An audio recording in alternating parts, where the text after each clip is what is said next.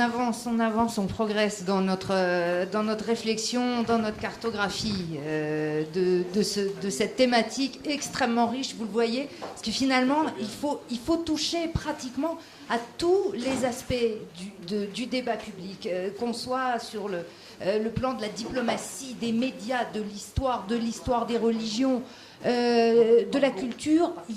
Il faut avoir vraiment embrassé un paysage global, et c'est effectivement quelque chose de particulièrement complexe à mettre en place. On va donc maintenant passer avec le rabbin Grunewald à un nouvel aspect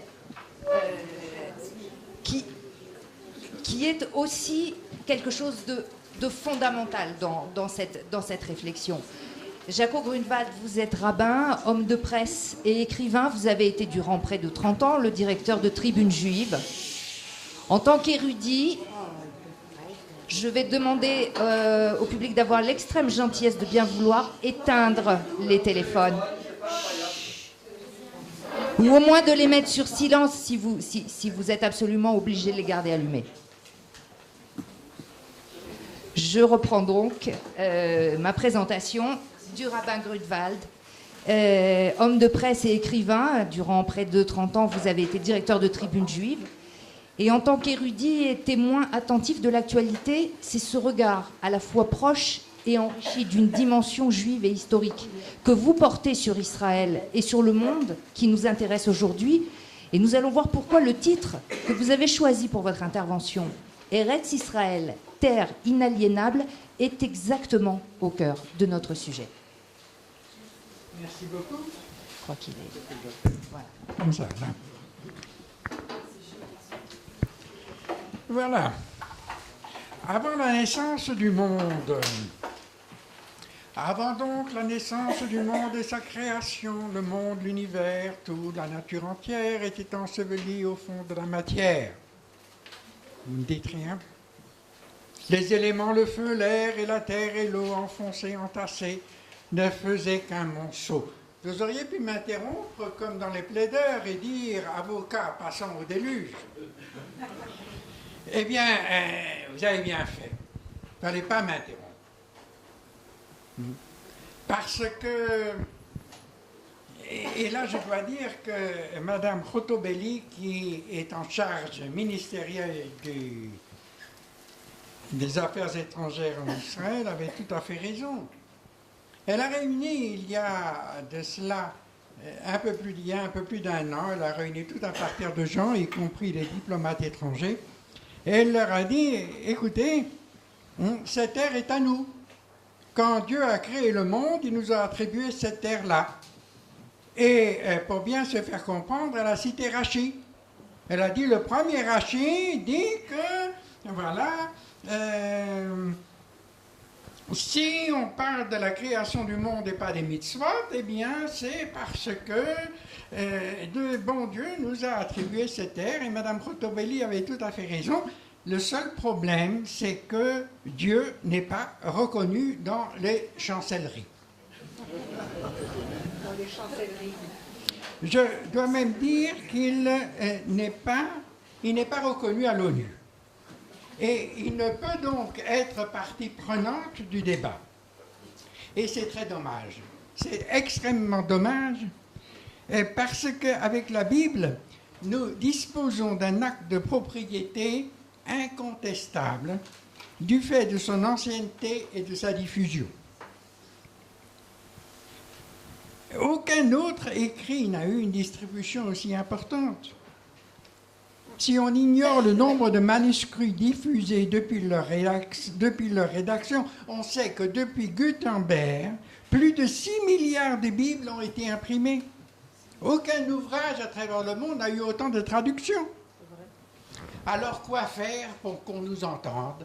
Eh bien, c'est très simple, il faut expulser Dieu de la Bible.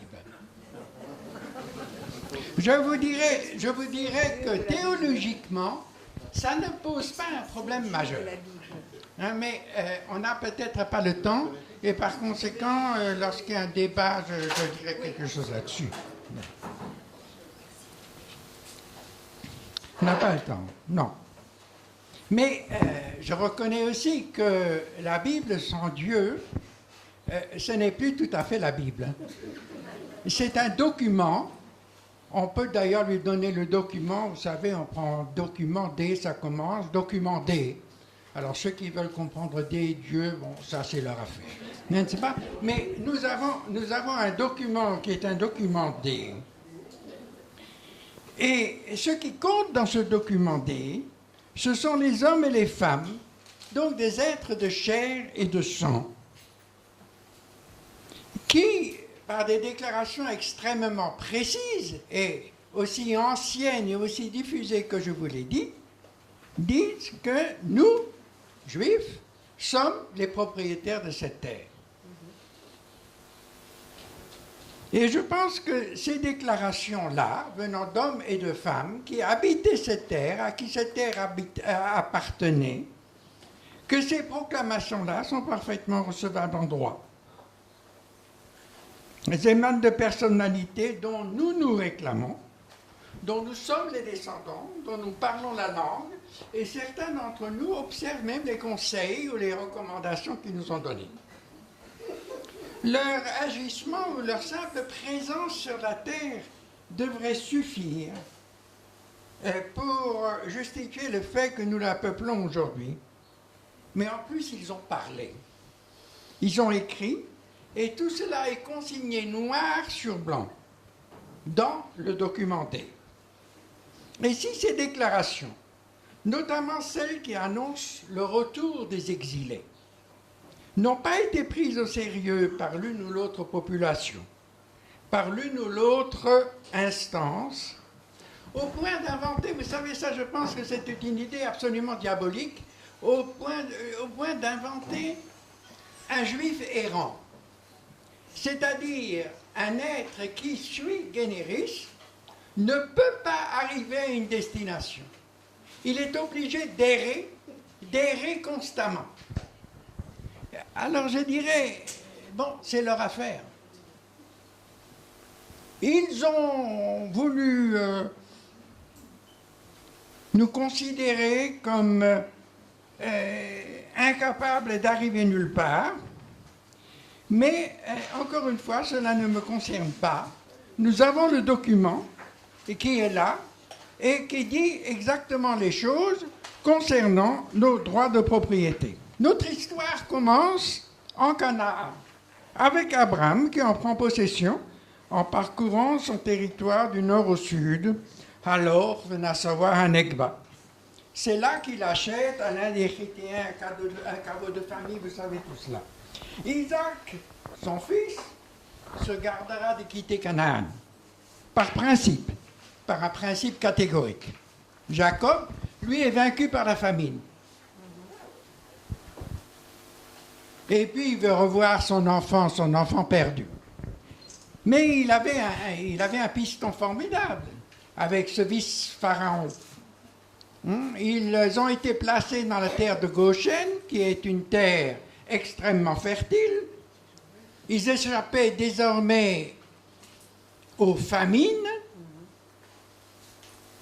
mais pourtant, Jacob, avant de mourir, dit « Je veux que vous m'enterriez avec mes pères. » Et Jacob retourne. Et Jacob, donc...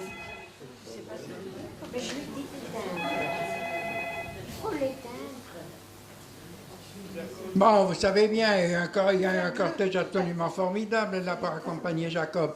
Mais le fils Pharaon lui-même demande, implore, emporter ma momie dans mon pays. Et ça va la suite là aussi. Mais celui qui, plus qu'aucun autre, sera le maître du retour, c'est Moshe.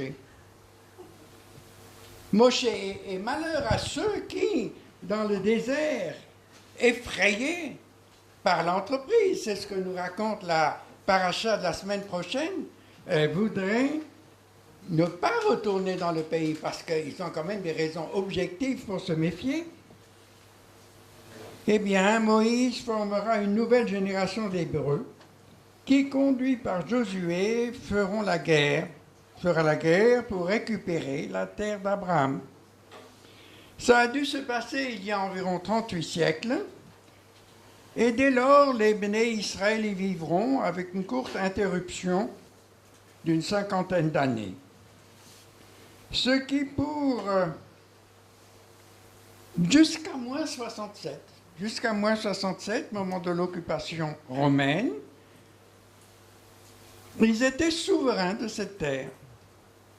Ce qui pour un minuscule royaume coincé entre deux superpuissances de l'époque n'est pas mal du tout.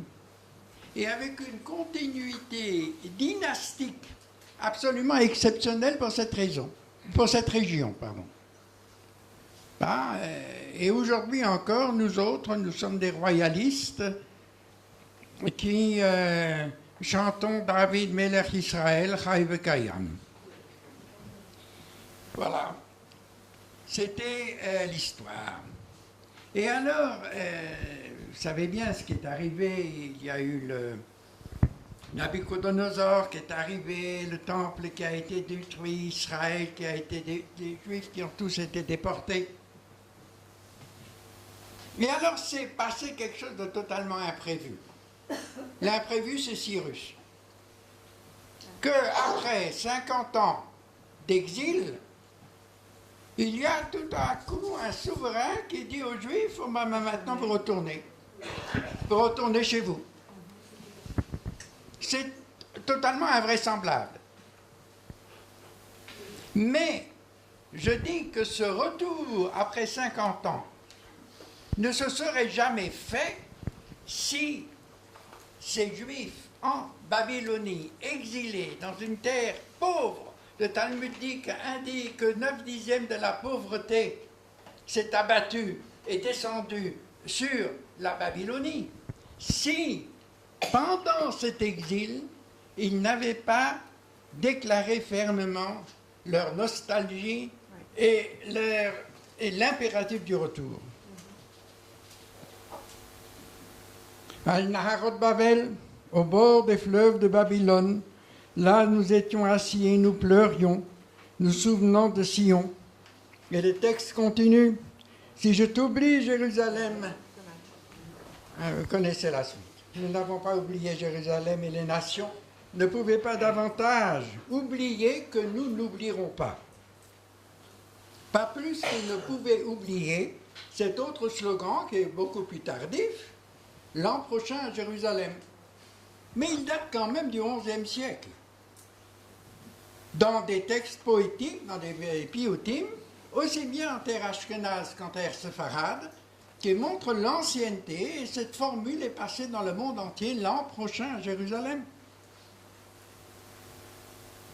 Mais bon, pour le moment, je me retourne sur les berges de Babylone, d'où les colons vont partir. C'est des colons. Ils vont retourner, ils vont aller sur la terre d'Israël avec les hommes du retour qui ont nom Ezra, Nehemia, Zerubbabel, Haggai, Zacharia, Yoël, Malachi, les derniers des Malachi, les derniers des prophètes.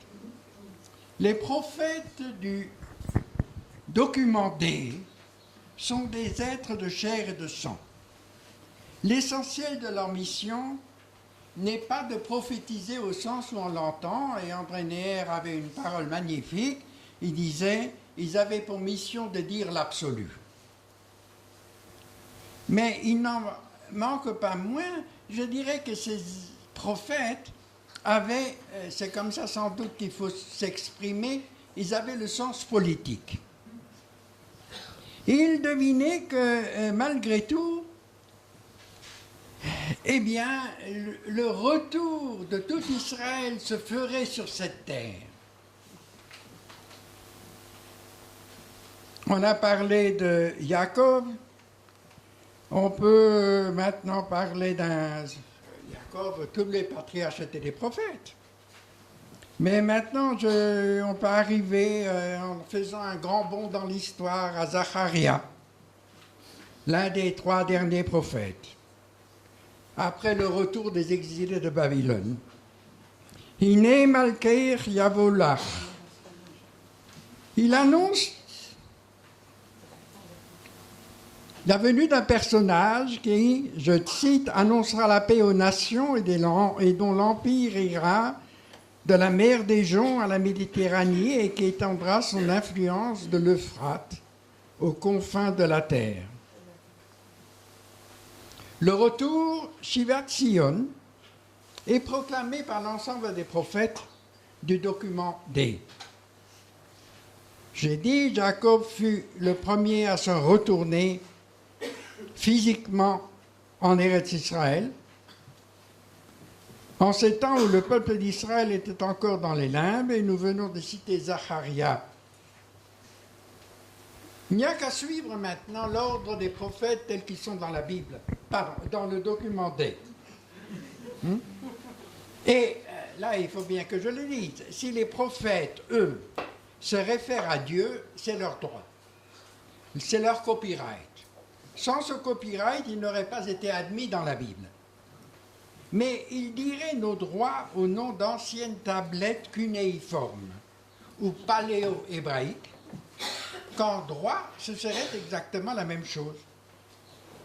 Alors proclame Isaïe à la fin du chapitre 44, Dieu qui a fait toutes les choses, qui seul a déployé les cieux, qui réduit à néant les 10 heures de mensonges, Mefer Otot Badim. Là, il a dû entrevoir les dépêches de l'AFP. Et qui fait délirer les devins. Mashiach, Mashiach, Mashiach, la Goula est là. Qui fait reculer les sages. Là, c'est le Quai d'Orsay qui est visé. Qui tournent leur science en folie. Vedatam Yesakel. Là, moi, je crois reconnaître l'une ou l'autre deuxième page de Haaretz. Dieu dit à Jérusalem, continue toujours ce prophète, tu seras habité, et aux villes de Judée, vous serez rebâtis. Non, on peut comprendre qu'à la vue des malheurs et des misères que l'Occident des chrétiens et l'Orient des dimitudes a infligés aux Juifs, qu'ils se soient refusés à croire ce genre de propos. Quoi, Jérusalem serait rebâtie et les Juifs y retourneraient baliverne. Baliverne, disait-il. Mais encore une fois, c'est le problème de ceux qui ne voulaient pas y croire. Nous avons les documents qui annoncent noir sur blanc ce qui devait arriver. Non, pas ce qui devait arriver, mais qui disaient, voilà, cette terre est une terre juive. Et cette terre appartient aux Juifs. Et les Juifs y retourneront. Alors après Isaïe, on suit l'ordre toujours dans le document D, vous avez Jérémie. Et avec Jérémie, nous disposons non seulement de ces déclarations aux Judéens et aux nations telles qu'elles sont consignées, noir sur blanc, mais encore d'un écrit absolument extraordinaire qui se trouve au chapitre 32. Il est arrivé que le cousin de Jérémie, il était à ce moment-là, c'est malheureux, il était emprisonné pour défaitisme. Pour défaitisme, parce que Jérémie disait qu'il faut céder à Nabucodonosor. Alors il était enfermé, ça ne devait pas déplaire à vos Yesh-Gevoul de l'époque. Mais enfin, ce n'est pas notre propos pour le moment. Ce qui arrive, c'est que ce cousin vient lui dire, viens racheter un terrain qui nous appartient. Or, les troupes de Nabucodonosor sont aux portes de Jérusalem. Les terrasses ont été dressées. L'immobilier ne vaut pas un gauche. Et pourtant, Jérémie va racheter le champ. Et je vais lire comment le document D rapporte la scène. Chaque détail est important, on le sent bien à la lecture du texte, pour que la transaction puisse se faire. J'ai acheté le champ de Hanamel, le fils de mon oncle qui est Anatot. Je lui ai pesé l'argent, 7 cycles et 10 d'argent. J'ai écrit l'acte, je l'ai scellé, j'ai fait témoigner les témoins, j'ai pesé l'argent aux balances, j'ai pris l'acte d'achat scellé, l'ordre des clauses et l'acte ouvert. J'ai donné l'acte d'achat à Baruch ben Meneria ben Machassia sous les yeux de Hanamel, mon oncle, et sous les yeux de tous les Judéens siégeant dans la cour de garde. J'ai donné l'ordre à Baruch qu'on prenne ces actes, cet acte d'achat et le scellé qui est ouvert, mêlé dans un étui en grès pour qu'il tienne de nombreux jours. Car ainsi dit l'Éternel Tsebaoth, Dieu d'Israël, Od, encore, des maisons, des champs, des vignobles seront encore achetés sur cette terre. Je ne peux m'empêcher de citer un autre Od du prophète Jérémie. Od Ishama va'are Yehuda v'chutzot Yerushalayim. On entendra de nouveau sur les places de Jérusalem et dans ses rues la voix du fiancé et la joie de la fiancée.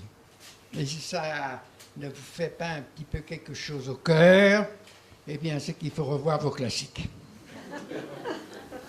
Pendant que Jérémie prophétise à Jérusalem, Ézéchiel, lui, chantait les lendemains en Babylonie. C'est là qu'il avait été exilé. Alors, il n'est pas tendre pour les Juifs, le prophète Ézéchiel. Je dois même dire qu'il les engueule de façon absolument inouïe. Et pourtant, il arrive que la tendresse l'emporte. Le voilà qui parle des brebis d'Israël. Je les ferai sortir de chez les peuples. Je les rassemblerai des pays. Je les ramènerai sur leur sol. Je les ferai paître sur les montagnes d'Israël, dans les ravins et dans tous les lieux habités du pays. De là, nous passons aux petits prophètes. On les appelle les petits prophètes parce que c'est des textes courts qui sont réunis dans un livre. Il y a 12 petits prophètes, on ne va pas les voir tous. Mais prenons Hoshea le premier. Comment pourrais-je te livrer, Éphraïm, te trahir, Israël? Mon cœur en moi est bouleversé, toutes mes entrailles frémissent. Les fils reviendront tremblants de l'Occident comme un passereau. Ils viendront en tremblant de l'Égypte comme une colombe du pays d'Achour, et je les ferai habiter dans leur maison, parole de l'Éternel. Le second des petits prophètes, selon le classement des 12, c'est Yoël. Yehuda, promet-il, sera habité à jamais, et Jérusalem d'âge en âge. Mais on le chantait au temps de nos Ongim d'antan. Vous vous rappelez? Allez, on divise la salle en deux, là, on va faire un canon une fois qu'on l'aura entendu. Yehuda ve'olam teshem. Yehuda ve'olam teshem. Yehuda ve'shalayim ve'dor v'ador. Yerushalayim ve'dor v'ador. Eh oui. Ça, c'était Joël. Et le troisième, on s'arrête là-dessus, c'est Amos, du prophète Amos, lui aussi sans peur et sans reproche. Que va-t-il dire? Je ferai revenir les captifs de mon peuple Israël. Ils rebâtiront les villes dévastées et les habiteront. Ils planteront des vignes et en mangeront les fruits. Je les planterai sur leur terre et ils ne seront plus arrachés de dessus la terre que je leur ai donnée, dit l'Éternel, ton Dieu. Le document définit par 2 livres, les livres des chroniques, qui retracent à leur manière toute l'histoire du royaume de David.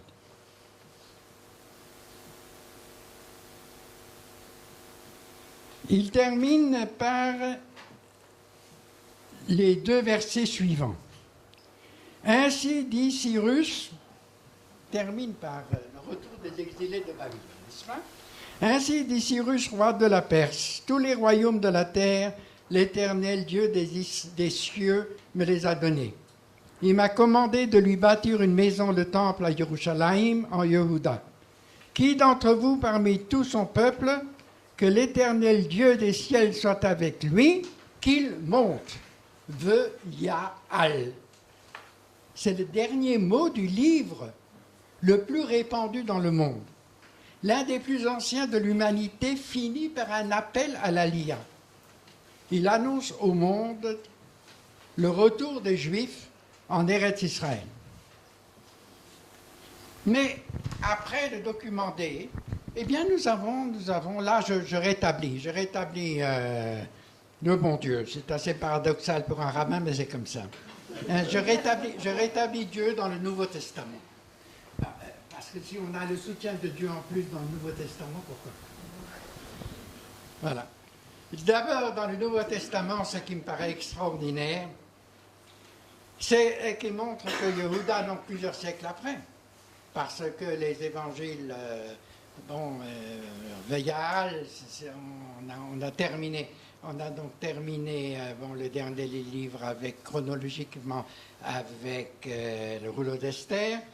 Et puis là, on a le Nouveau Testament. On pense que c'est écrit quand Monsieur le pasteur, 2e, 3e siècle, l'écriture, premier, 2e siècle. Oui, mais ça fait quand même un bout de temps.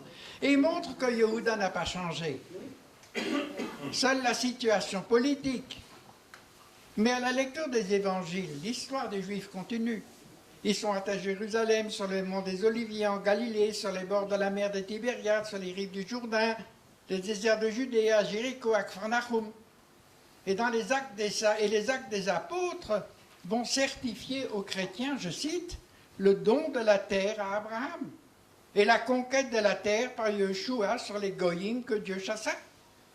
Il n'est pas indifférent d'ailleurs que ce soit l'épître aux Hébreux qui soit le premier texte à parler explicitement d'Eretz Israël en le qualifiant de terre de la promesse. Abraham y séjourna, ajoute le texte, habitant sous la tente avec Yitzhak et Yaakov, héritiers de la même de la même promesse. Je lisais le mot de Trémontant, Trémontant qui lui a rétabli, parce qu'il est persuadé, c'est un traducteur, c'est un homme extraordinaire. Il a fait avant Chouraki ce que Chouraki a fait après, c'est-à-dire de retrouver le texte hébraïque sous le texte grec des évangiles ou du Nouveau Testament. Et il dit que lorsqu'on parle de juifs, dans les traductions générales, eh bien, il faut lire en vérité judéen. Et que les Juifs, non, que nous sommes, quand on parle de nous, nous sommes des personnes de nationalité judéenne. En vérité, il n'aura pas fallu tellement longtemps le passage entre Esther et le texte que je viens de citer pour montrer la continuité. Lorsque, dans le Nouveau Testament, vous avez en plus tous ces textes apocryphes que nous n'avons pas et qui sont considérés comme inspirés. Et j'en prends qu'un seul. Je ne dis pas les autres parce que je crois que le temps coule, c'est ça? Merci, absolument. Combien de temps encore vous me laissez? Combien de temps vous faut-il? Oh, laissez-moi 5-10 minutes. Bon. Merci. Voilà. Alors là, nous avons Tobi qui est déporté à Ninive. Mais Tobi est déporté depuis le royaume d'Israël, pas depuis Juda. Depuis le royaume d'Israël, donc depuis 721. Hein?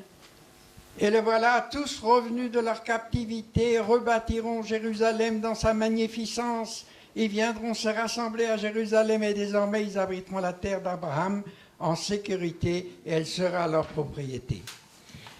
Il n'y a pas que le document D, il n'y a pas que le Nouveau Testament. Il y a également, je dirais, toute la partie culturelle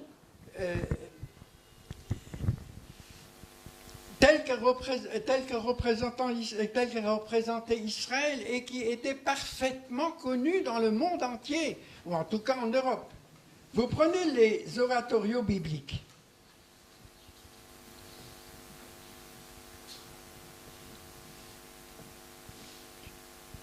C'est une véritable valeur ajoutée à tout ce que nous trouvons dans le document D.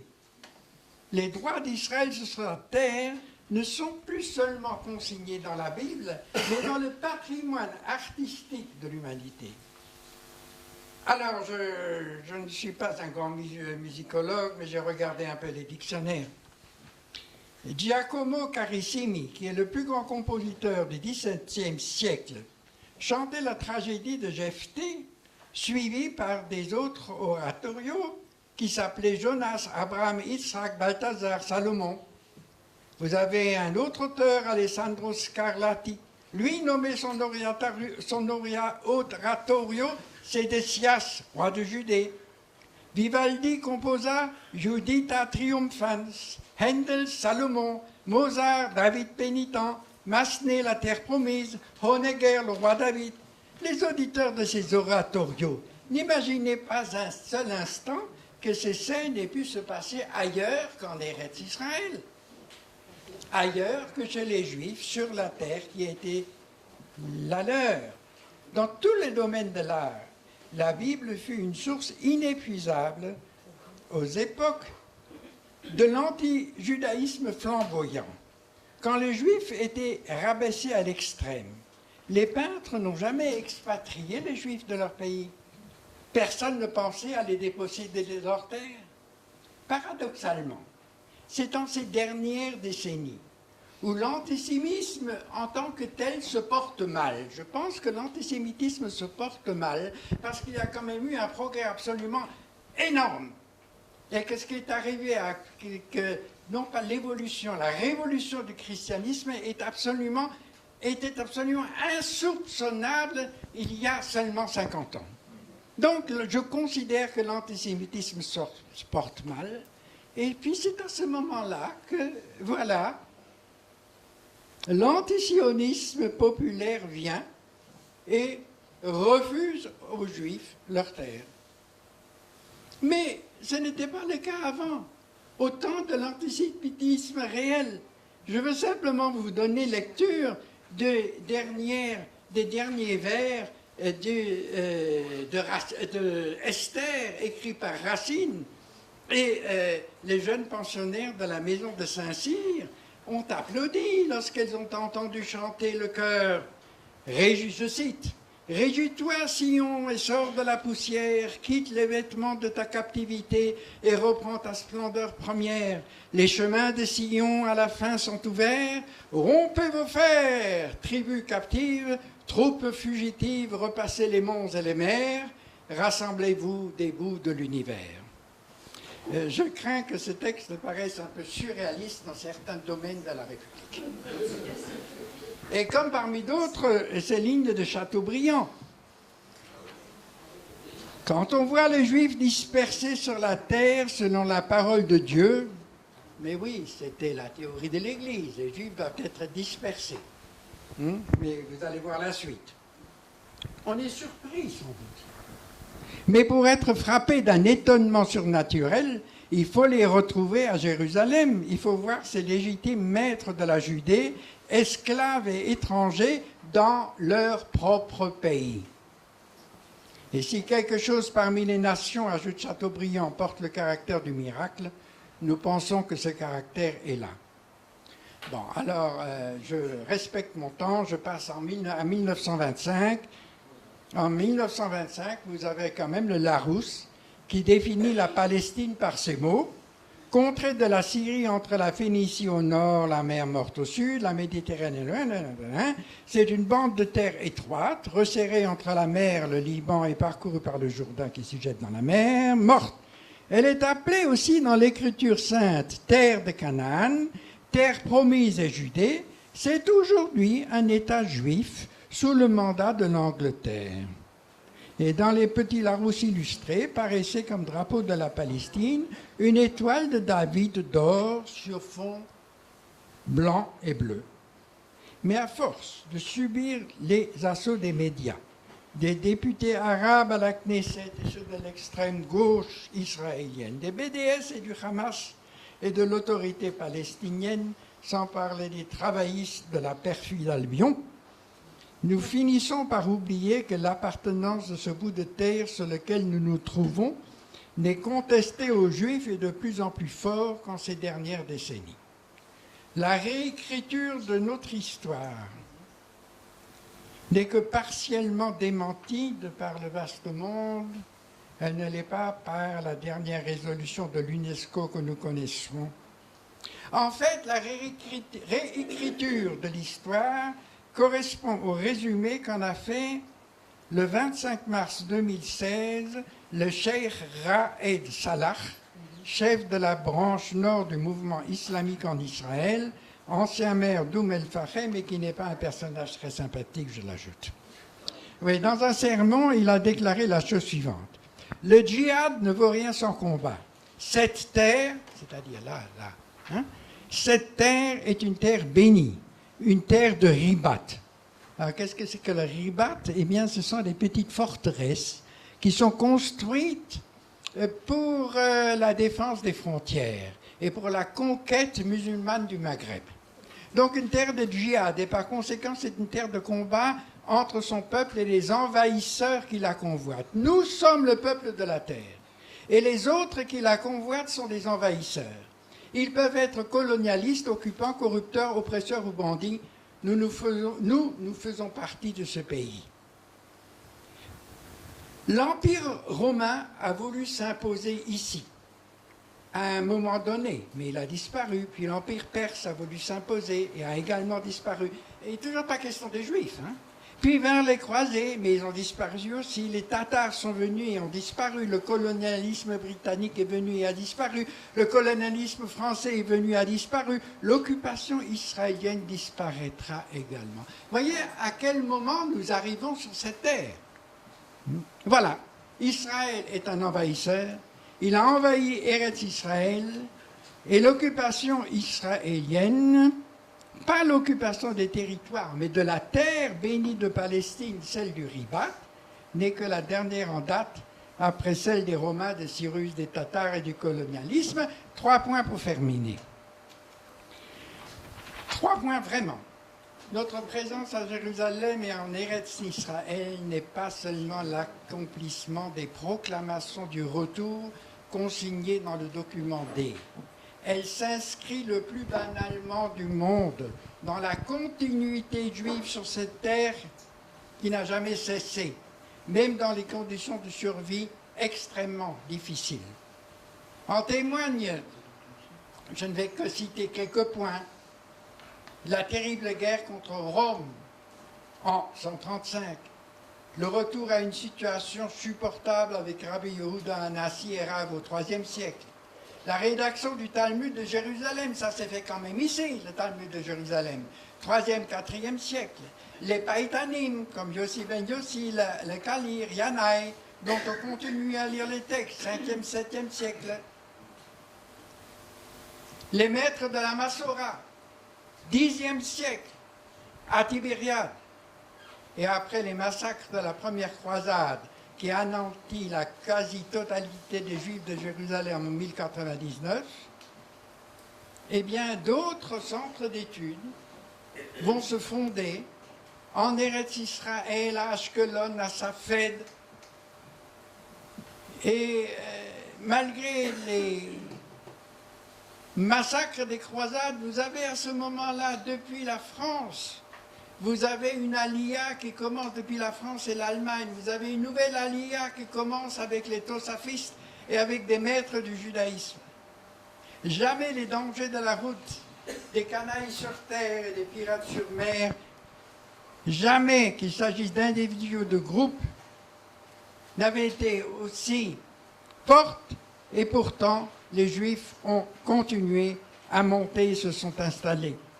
On a le plus grand tort de faire commencer les aliyot avec la première aliyah en 1882. Je paraphraserai le discours du Cheikh Raed en disant que cette terre est une terre d'aliyot qui, bien avant le relais du sionisme politique, n'a cessé d'être fertilisée par les ribats de l'étude et de l'esprit. Mais c'est un sujet qui mérite un autre exposé. Deuxième point. Je n'ai pas fait mention de la déclaration Balfour, ni du vote de l'ONU en 1947, qui pourtant s'inscrivent en lettres d'or dans l'histoire du sionisme. Mais parce que nous ne dépendons pas de la bonne volonté et de la mauvaise volonté des colonialismes. Nous sommes peut-être aussi paradoxal que cela paraisse, alors que chaque année, il y a un essai arabe à l'ONU de délégitimer totalement Israël et dire qu'Israël n'existe pas, nous sommes sans doute la seule nation qui n'avons pas besoin de l'ONU pour être reconnus, parce que nous avons le document D et qu'il n'y a rien d'équivalent au documenté. Enfin, nos droits imprescriptibles sur Eretz Israël n'auraient aucune signification réelle sur le terrain et ne sauraient être reconnus en droit international.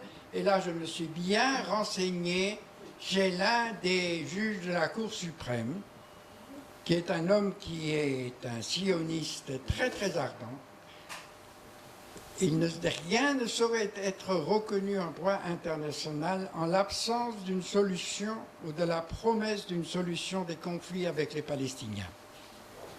Et je dirais que cette solution est ébauchée depuis qu'Abraham prit possession de sa terre, quand il en proposa le partage à Lot. Et il n'est pas indifférent que la première mention de Jérusalem s'inscrive elle aussi dans le partage du pain et du vin, que Malkitsédek, roi de Jérusalem et prêtre du Dieu suprême, est venu proposer à Abraham. Mais là encore, c'est un sujet à traiter. Les organisatrices et les organisateurs du colloque ne m'ont pas proposé de le faire. Et je vous remercie. Merci, merci.